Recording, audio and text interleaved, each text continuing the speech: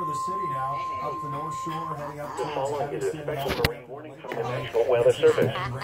The National Weather Service in Chicago has issued a special marine warning for nearshore waters from Winthrop Harbor to Calumet Harbor, open waters from Winthrop Harbor to Michigan City out to Mid-Lake until 6 p.m.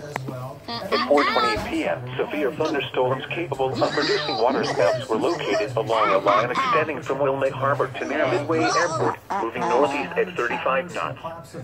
Hazard, waterspouts and wind gusts to 40 knots. Source, radar indicated. Impact, waterspouts can easily overturn boats and create locally hazardous seas. Small craft could be damaged in briefly higher winds and suddenly higher waves. Locations impacted include Harrison Beaver, Crib, Wilmette Harbor, 31st Street Harbor, Montrose Harbor, Monroe Harbor, Belmont Harbor, Burnham Harbor, 59th Street Marina, Jackson Park Harbor, Diversey Harbor, and Deuceable Harbor. A tornado watch remains in effect until 9 p.m. for northeastern Illinois and the adjacent waters of Lake Michigan. Move to safe harbor until hazardous weather passes.